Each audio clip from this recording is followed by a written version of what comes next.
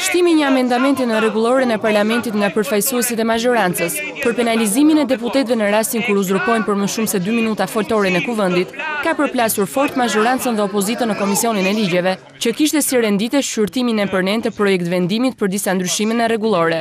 Deputeti i Partisë Socialiste Pandeli Majko, pasi ka shprehur disa herë kundërshtitë e tij gjatë komisionit, pas më shumë se 30 minuta shu ka bërthirë kolegëve të opozitës të braktisin seancën, duke cilësuar këtë amendament si të paprecedent. Kjo histori kërkon dialog dhe kompromis, po ky nuk është dialog, more. Ky nuk është kompromis. Kjo nuk është ftesë për dialog. Kjo është dorish drejt. Do bësh atë që them unë. Do flasësh sa të them unë. Bile do arri aty se do thuhet, do flasësh siç të them unë. Dhe kur të them unë. Kjo nuk është ndryshim rregullore. Ky është një traumë dhe një krizë më tepër.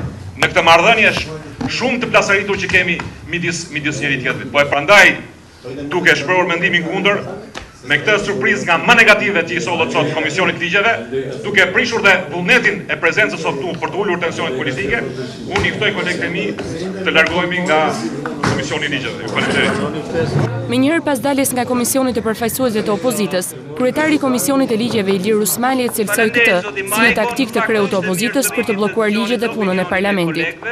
Sot, me sa duket, neve kemi zbuluar thelbin e taktikës se si duhet realizohet, se si duhet implementohet kjo strategji e bllokimit të parlamentit.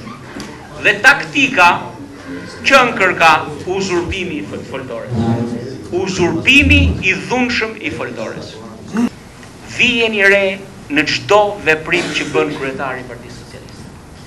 Nëse ka një ligj që duhet respektuar, objektivi i tij është ta thyejë në mes. Edhe një ditë më parë, kur u miratua vetëm me votat e majorancës projekt vendimi për ndryshimet në rregullore, ngjalli debate në Komisionin e Ligjeve.